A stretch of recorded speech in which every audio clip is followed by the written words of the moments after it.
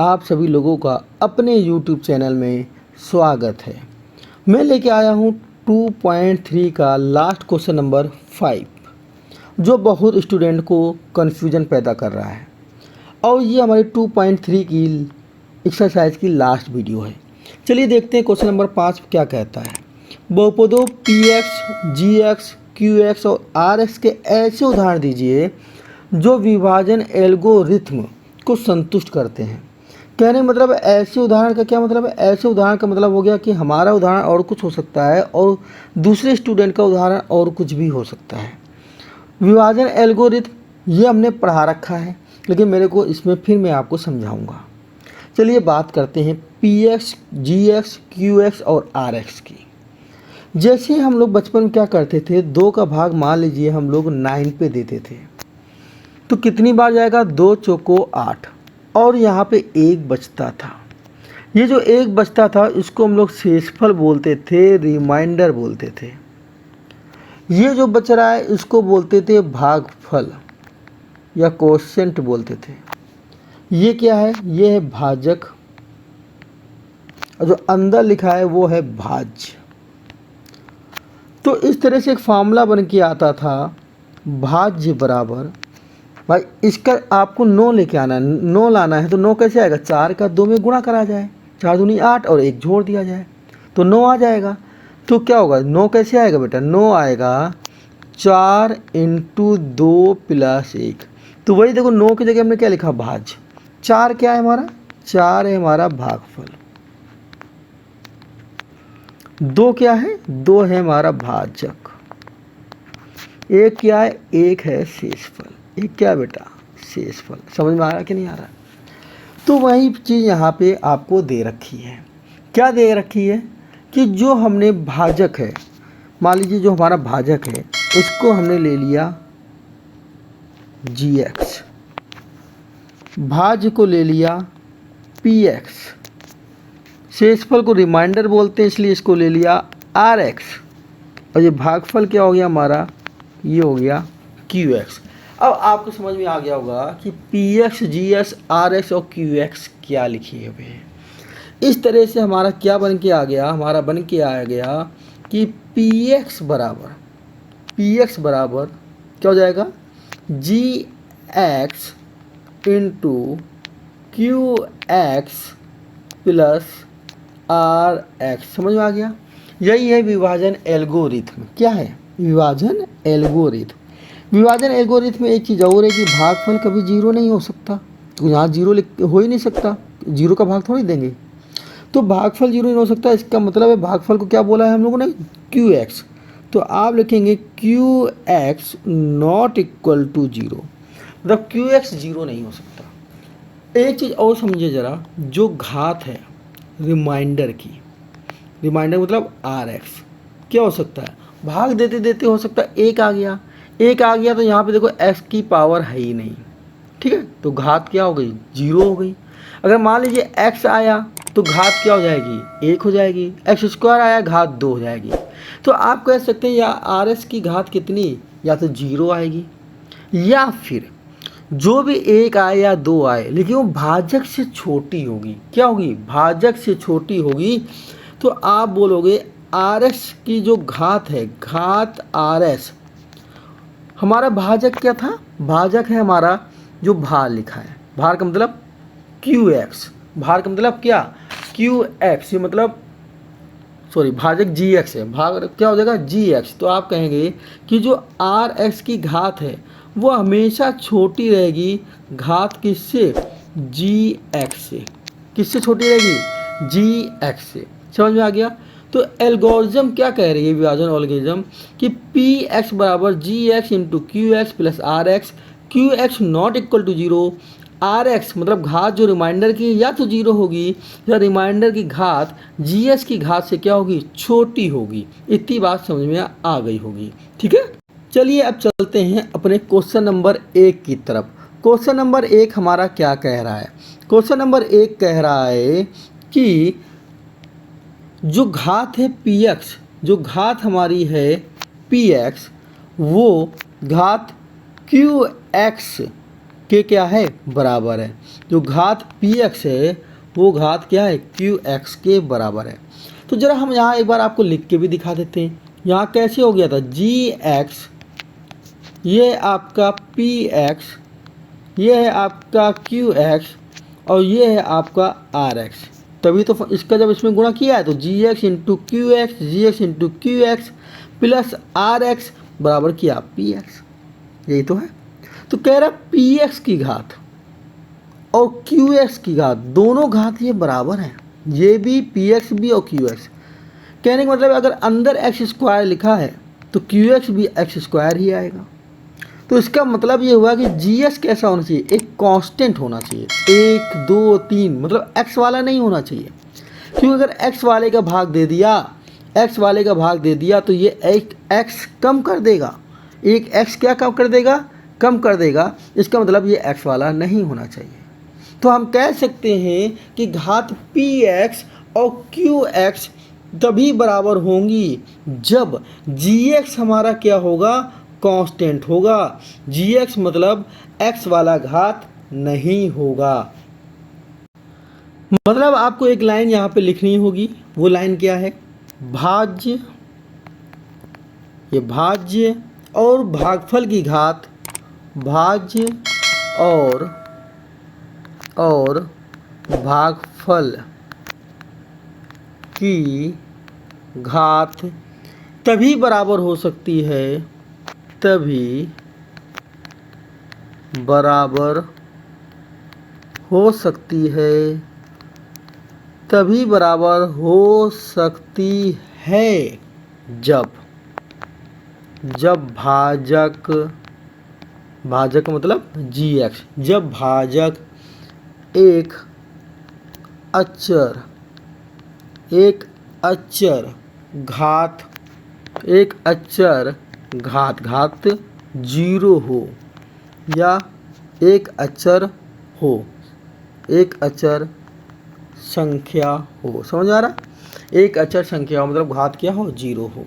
तो माना P x बराबर 3x प्लस 5 और जी एक्स बराबर 3। अब जी एक्स का भाग किस में दिया जाएगा, पी एक्स पे। तो यहाँ जो आएगा वो क्यू एक्स होगा और जो रिमाइंडर बच के आएगा वो हमारा क्या होगा, आर एक्स। चलिए भाग दिया जाए, 3 का भाग देते हैं 3x प्लस 5 पे। तो पहले वाले में पहले का भाग होगा, तो 3x में इस पहले का भाग दिया जाए 3 का, 3 से 3 कटा, बच्चा x, ये प्लस का चिन्ह है, ये भी प्लस का चिन्ह है, तो ये प्लस का आएगा, तो यहाँ लिख दिया x। अब इसका गुणा कराएंगे 3 के साथ, s का 3 में गुणा हुआ तो आया 3x। चलिए घटाते हैं, ये चिन्ह इसके आगे कैसा है, प्लस, तो ये बेटा क्या हो जाएगा, माइनस हो जाएगा। ये जब माइनस हो जाएगा 3x से 3x कट गया, अब बचा 5। अब 3 का भाग देंगे 5 पे, क्यों देंगे, क्योंकि 5 3 से भी बड़ा है। जब तक ये चीज़ नीचे वाली बड़ी रहती है तब तक भाग दिया जाता है। तो 5 में 3 का भाग कितनी बार गया, 1 बार गया, तो 3 कम कितना हो गया, 3। फिर घटाएंगे तो क्या बचेगा, 2। तो देखिए रिमाइंडर जो बचा आर एक्स वो कितना बचा, 2 बचा है। रिमाइंडर क्या बचा, 2। और ज़रा यहाँ पे चेक करिएगा, जो यहाँ पे चेक करिएगा कि जो रिमाइंडर तो 2 बचा है, लेकिन जो हमने पी एक्स लिया था वो कितना था, 3x प्लस 5, और जो आपका क्यू एक्स निकल के आया वो निकल के आया x प्लस 1। देखिए यहाँ भी s की घात 1 है, यहाँ भी s की घात क्या है, 1 है। अर्थात हम बोल सकते हैं कि घात px बराबर घात किसकी, qx की। समझ में आ गया होगा। तो यहाँ पर आपको समझ में आ गया हमारे कौन सी उदाहरण हो गए। उदाहरण क्या हो गया, px बराबर 3x प्लस 5 और gx बराबर 3। चलिए इसका देखते हैं हम लोग क्वेश्चन नंबर 2। देखिए इसका क्वेश्चन नंबर 2 क्या कह रहा है। क्वेश्चन नंबर 2 कह रहा है, क्या कह रहा है, घात qx बराबर है घात, यहाँ पे आर है बेटा, आर एक्स के, ये कह रहा है। तो समझिएगा ज़रा, हमने आपको क्या बताया था, हमने आपको बताया था कि अगर ये जी एक्स है बाहर वाला, अंदर वाला पी एक्स है, ये क्यू एक्स है, और जो रिमाइंडर से बचा वो क्या है, आर एक्स है। कह रहा क्यू एक्स की घात, ये वाली घात इस घात के बराबर है। अगर यहाँ भी एक्स स्क्वायर है तो यहाँ भी एक्स स्क्वायर ही आना चाहिए। उसका कहने का मतलब ये है कि ये वाली घात इस घात के क्या है, बराबर है। ये तभी आ सकती है जब यहाँ जो पी एक्स की घात लिखी हो, अगर अंदर घात मान लीजिए एक्स क्यूब लिखी हो और जी एस का भाग भी एक्स क्यूब से ही दिया जाए, तब हमारा ये दोनों घातें क्या आ जाएंगी, बराबर आ जाएंगी। तो देखते हैं कैसे।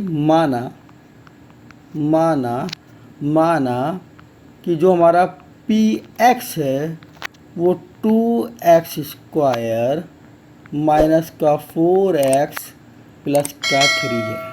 हम ये नहीं कह रहे आपको यही एग्जाम्पल लेना है, आप 2x² माइनस का 3x प्लस 2 ले लेना, कुछ भी ले लेना। और gx जो है वो मान लेते हैं x² माइनस का 2x प्लस 1 है। बट px gx इस सवाल के लिए, ये gx ये px, मैंने क्या कहा ना, दोनों घात सेम वाला लेना। यहाँ एक्स क्यूब है तो यहाँ भी एक्स क्यूब होना चाहिए। देखो मैंने सेम लिया, x² x, ठीक ना। अब अगर हम भाग दें तो भाग क्या होगा, x² माइनस का 2x प्लस का 1, इसका भाग देना है 2x² माइनस का 4 प्लस के 3 पे। तो पहले का पहले में भाग होगा 2x² में, इसका पहला क्या है, x² का भाग, ये कट गया तो बेटा आया 2, यहाँ 2 लिख दिया जाएगा। अब इस 2 का, ये जो 2 आया है, इस 2 का इस पूरे में, ये जो पूरे में क्या कराते हैं हम लोग, गुणा कराते हैं। ये बात आपको मैं बहुत बार पढ़ा चुका हूँ पिछली एक्सरसाइज में। तो गुणा कराएं 2 का x² में, तो क्या हो जाएगा 2x², ठीक है। 2 का -2 में, तो माइनस के 2x में अगर 2 का गुणा होगा तो क्या होगा, माइनस का 4x हो जाएगा। फिर 1 में 2 का गुणा होगा तो बेटा क्या आएगा, 2 ही आएगा, तो प्लस का 2 आ जाएगा। अब घटा दीजिए, जब घटाने में चिन्ह बदल जाएंगे तो चिन्ह बदल जाएंगे, इसके आगे चिन्ह कुछ नहीं तो आप क्या कहेंगे, प्लस है तो ये माइनस का हो गया, ये माइनस है तो ये प्लस का हो गया, ये भी माइनस का हो गया। दोनों चीज़, ऊपर चिन्ह प्लस का नीचे माइनस का कट गया, ऊपर चिन्ह प्लस माइनस का नीचे चिन्ह अब जो प्लस का हो गया ये भी कट गया, और 3 में 2 चले गए तो क्या आ गया, 1। ध्यान से देखिए यहाँ जो QX निकला है, ध्यान से देखिएगा, जो QX लिखा है यहाँ s की पावर है ही नहीं, मतलब QX की घात कितनी आई, 0। और यहाँ रिमाइंडर में भी देखिए s की पावर नहीं है, तो यहाँ रिमाइंडर में भी घात कितनी आई, 0। तो आप कह सकते हैं कि जो घात QX है वो बराबर है घात RX के। समझ में आ रहा होगा, ठीक है। तो अब बाकी यहाँ पे आपको लिखना है तो आप लिख देंगे नीचे, जहाँ पे QX बेटा कितना है, 2, और RX बेटा कितना निकला है, RX कितना निकला है आपका, 1। समझ में आ रहा है कि नहीं आ रहा। चलिए देखते हैं हम इसके लिए क्वेश्चन नंबर इसका तीसरे में क्या कह रहा है। तीसरे क्वेश्चन में कह रहा है जो घात है, घात RX की वो क्या है, 0 है। अब इसके लिए एग्जाम्पल लें, हम इसके लिए यही एग्जाम्पल से सवाल लगाए दे रहे हैं। देखिए px को जो हमने 2x² माइनस 4x प्लस 3 माना था, और gx को x² माइनस 2x माना था, और जब आप हल करते चले आए हैं तो RS का मान कितना आया है, 1 आया है। तो क्या आया है, RS का मान 1 आया, मतलब इस सवाल के लिए हमें वही चीज़ करना है पूरा। मान लेते हैं px बराबर कितना है, 2x² माइनस का 4x प्लस 3 है, और मान लेते हैं इसके लिए gx बेटा क्या है, gx भी x² माइनस का 2x प्लस 1 है। मैंने यही एग्जाम्पल मान लिया है, आपका मन है तो आप दूसरे एग्जाम्पल भी ले सकते हैं। उसके बाद जब ये माना तो आप पूरा ऐसे भाग करके दिखाएंगे, और जब भाग करके दिखाएंगे तो आप कहेंगे भैया QS कितना निकल आया, 2, और RS भी कितना निकल आया, 1। तो देखिए एक के साथ यहाँ एस की पावर नहीं है तो हम बोल सकते हैं एस की पावर 0 है। तो एस की घात कितनी है 0, तो आप लिख सकते हैं कि घात आर एक्स जो है वो क्या है 0, घात आर एस क्या है वो क्या है 0। मुझे लगता है कि मैंने आपको बहुत अच्छे से समझाने की कोशिश की है और आज समझ में आ गया होगा।